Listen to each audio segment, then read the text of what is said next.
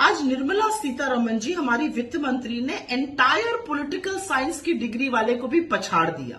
America में वित्त मंत्री बोली रुपया कमजोर नहीं हो रहा है, डॉलर मजबूत हो रहा है।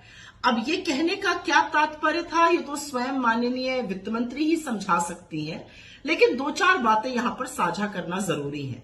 इस सरकार को रुपया मिला था 54 के मूल्य पर 2014 में, 83 के पार कराने की नौबत आ गई और लगता है शतक कराकर ही दम लेंगे मोदी जी।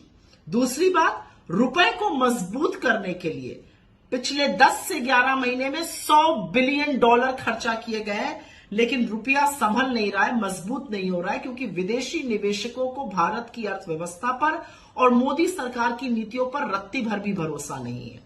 तीसरी बड़ी बात, और यह जरूरी बात है समझना, 86% भारत का ट्रेड डॉलर में होता है। तो जब रुपया कमजोर होता है और डॉलर मजबूत होता है तो उसका दुष्प्रभाव हमारी अर्थव्यवस्था पर, हमारे एक्सटर्नल ट्रेड पर, हमारे इंपोर्ट हर तरह से पड़ता है।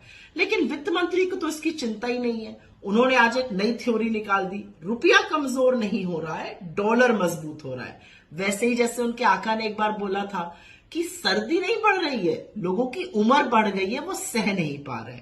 खैर, मुझे ऐसा लगता है कि कमजोर होता रुपया महंगाई को बढ़ाता है, टूटता होता रुपया आपके खाने की थाली तक को प्रहार करता है, और इसलिए वित्त मंत्री को इस तरह के बयान देने से बचना चाहिए। लेकिन लहसुन प्याज वो खाती नहीं है, रुपया जो है वो कमजोर हो नहीं रहा है, बेरोजगार है नहीं, फ्री फंड का खाना मिल रहा है, महंगाई कहीं दिखती नहीं है, यही सब बातें कहकर काम चलाया जा रहा है। देश की जनता जूझ रही है तो जूझे, उनसे उनको क्या मतलब।